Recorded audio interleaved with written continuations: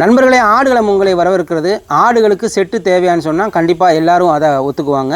இதே இது ஆடுகளுக்கு ஆட்டு பண்ணையாளுக்கு பரன் தேவையான்னு கேட்டால் அது பாதி பேர் தேவையில்லாத செலவுன்னு தான் சொல்லுவாங்க. ஆனால் ஆடுகளத்தில் கேட்டால் ஆட்டு பரன் அவசியம் மட்டும் இல்லை. காரணம் என்னென்னா, இப்போது ஆட்டு பரன் அமைக்கும் போது ஒரு குட்டிக்கு குறைஞ்சது 8 ஸ்கொயர் ஃபீட்டு பரன் அமைச்சா போதும். அப்போது 1000 ஸ்கொயர் ஃபீட்டில் என்னால் 120 ஆடு வளர்க்க முடியும். 3 பேட்சாக பிரித்து, அதாவது 333 ஸ்கொயர் ஃபீட்டில் 40, அந்த மாதிரி 3ஆக பிரித்து போட்டுக்கலாம்.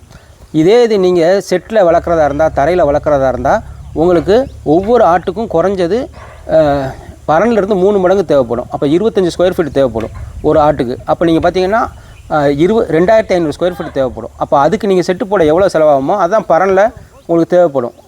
என்ன வித்தியாசம்னு சொன்னால், உங்களுக்கு நல்லா தெரியும் இந்த நம்ம நேரங்காலம் எவ்வளோ முக்கியம், எவ்வளோ விலை மதிக்க முடியாததுன்னு. அப்போது நீங்கள் காலையில் ஒரு 120 ஆட்டுக்கு சாணி எல்லாம் தேவையில்லை, சாயந்தரம் சாணி எல்லாம் தேவையில்லை. ஆடு பரனில் நோய் இல்லாமல் தெளிவாக இருக்கும், சாப்பிட்டு ரெஸ்ட் எடுக்கும். நீங்கள் அதை தூத்து அல்ல தேவையில்லை. அது நம்மகிட்ட சொல்கிறவங்க பெரும்பாலும் எல்லோரும் என்னென்னா, ஆடுகளுக்கு நோய் அதிகமாக வருதுன்னு சொல்லி அவங்க வீடியோ அனுப்புனா, அந்த செட்டில் தரையில் போட்டு வளர்க்குறவங்க என்ன செய்யுதுன்னா, அங்கங்கே குழியாக அதில் யூரின், அதோடைய தண்ணி, அதில் கிருமிகள் அதிகமாக உற்பத்தி ஆகி, உண்ணிகள் அதிகமாக உற்பத்தி ஆகி குட்டி வளர விடாமல் தடுக்குது. நீங்கள் என்ன தான் மருந்து கொடுத்தாலும் அந்த மண்ணில் கிருமிகள் அதிகமாக இருக்கும். ஆனால் இதே இது அப்போ தரையில் வளர்த்தவங்க யாருமே சக்ஸஸ் ஆகலையா அப்படின்னு கேட்டால் நிறைய பேர் இருக்காங்க. அதை கரெக்டாக, அது டெடிக்கேட்டடாக அதுக்குன்னு டைம் ஒதுக்கி பார்த்தா கண்டிப்பாக அதை பார்க்கலாம். ஆனால் நீங்கள் கொஞ்சம் கவனக்குறைவாக இருந்தால் செட்டு தரையில் வளர்க்கும்போது ஆடுகளுக்கு நோய் மேலாண்மையும் ரொம்ப கஷ்டமாயிரும். அதுக்கு தான் நம்ம தென்னை ரீப்பரில் எப்படி பராமரிக்கிறது அப்படிங்கிற ஒரு வீடியோ போட்டிருந்தோம். அது நிறைய கருத்து வேறுபாடுகள் இருந்துச்சு.